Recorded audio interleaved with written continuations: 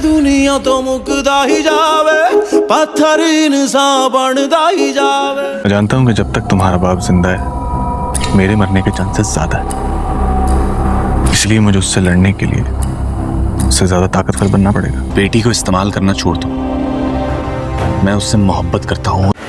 अस्सलामु अलैकुम नाज़रीन, एपिसोड 21 में कहानी एक दिलचस्प मोड़ पर पहुंचती नज़र आती है। मंसूर अपनी सच्चाई और असूलों पर कायम रहते हुए अपने सियासी मुखालफिन का मुकाबला करने की तैयारी करता है। दूसरी तरफ उसके खिलाफ नई साजिशें तैयार की जा रही हैं ताकि उसकी साख को नुकसान पहुंचाया जा सके। ज़ुबाब ज़हनी दबाव का शिकार दिखाई देती है। वो एक ऐसे फैसले के सामने खड़ी है जो न सिर्फ उसकी ज़ाती ज़िंदगी बल्कि मंसूर के मुस्तकबिल पर भी असर डाल सकता है। इन दोनों के दरमियान जज्बाती गुफ्तगू और गलत फहमियों के आसार भी दिखाई जाते हैं।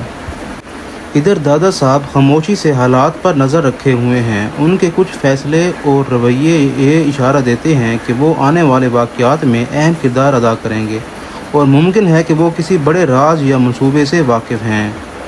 मंसूर और ज़ुबाब की ज़िंदगी में नए ख़तरात सामने आते हैं क्योंकि उनके मुखालफिन उनके ख़िलाफ़ साजिशें तेज़ कर देते हैं। दादा साहब के किरदार पर शकूक मज़ीद बढ़ जाते हैं और ऐसा लगता है कि वो पस पर्दा कई अहम फैसलों में मुलव्विस हैं। ज़ुबाब एक मुश्किल फ़ैसला करने के करीब पहुंच जाती है जिसका असर उसके और मंसूर के रिश्ते पर भी पड़ सकता है।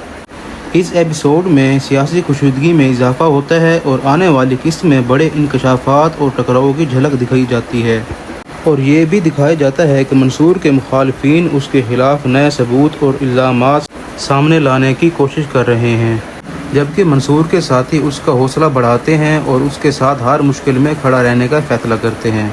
आखिर में कहानी एक सस्पेंस पर ख़त्म होती है जहां एक गैर मुतवक्के वाक़या आने वाली किस्त में बड़े इंकशाफात, सख्त फैसलों और अहम टकराव की झलक दिखाई देती है, जिससे नाज़रीन की दिलचस्पी बढ़ जाती है।